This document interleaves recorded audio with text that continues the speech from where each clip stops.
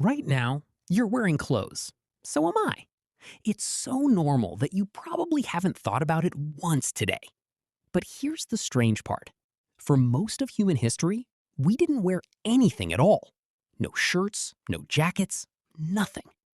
So somewhere along the way, something forced us to change. And the real reason is stranger and smarter than you'd expect.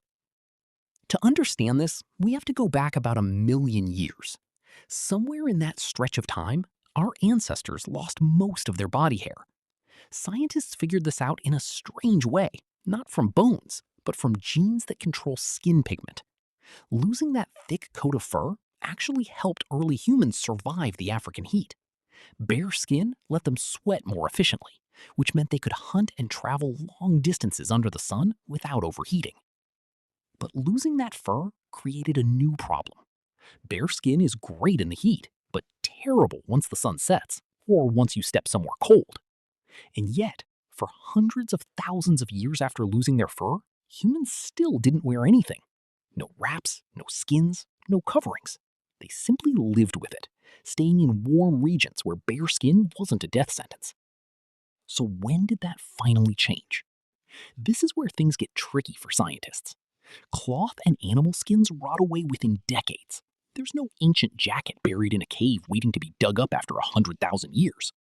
Normally, archaeologists rely on physical remains tools, bones, pottery. But clothing basically erases itself from the fossil record. So researchers needed a. That clue came from something nobody expected: lice. Head lice have lived on humans for millions of years, clinging to hair. But there's a second kind, body lice, that can only survive inside the fibers of clothing, not on bare skin. Researchers realized something simple but brilliant. Body lice couldn't exist until clothes existed. So by studying when body lice genetically split away from head lice, they could estimate when humans first started covering their bodies.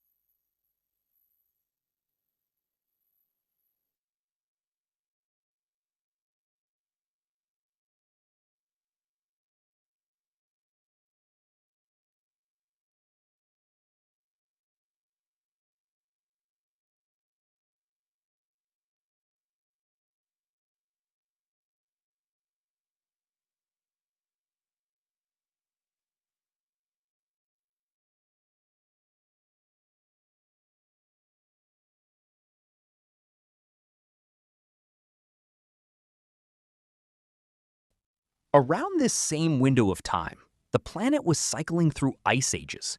Temperatures dropped hard in the regions outside Africa.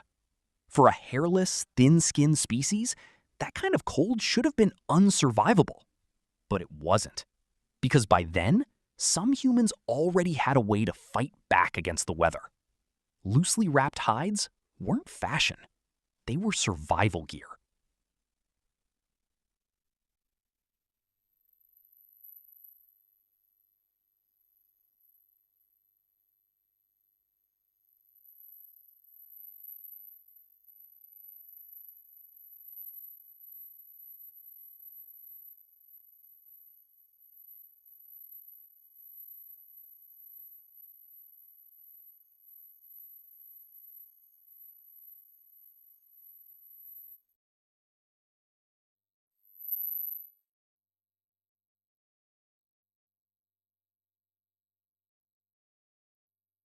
Once needles existed, something else happened too.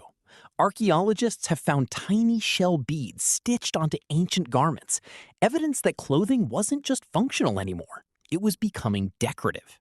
People began using what they wore to express identity, status, even belonging to a particular group. Clothing had quietly turned into one of humanity's earliest forms of communication.